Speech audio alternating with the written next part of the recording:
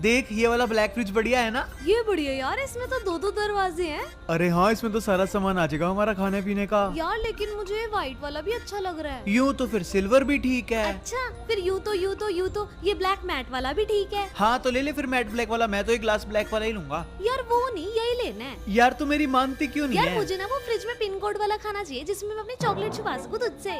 यार तू चॉकलेट के लिए ये वाला फ्रिज ले रही है? अरे ये ले, तू ये 10 रुपए रख, जा जितनी चॉकलेट खाने है तो खा ले। फ्रिज तो अपन यही वाला लेंगे। अच्छा ठीक है, मैं इसकी चॉकलेट लेकर आ रही हूँ, तू करा ले वो वाला फ्रिज पैक, हम वही वाला लेंगे। बाय। चलो हो गया काम। फ्रिज तो यही वाला लेंगे हम, है ना सब्सक्राइबर? सही है ना?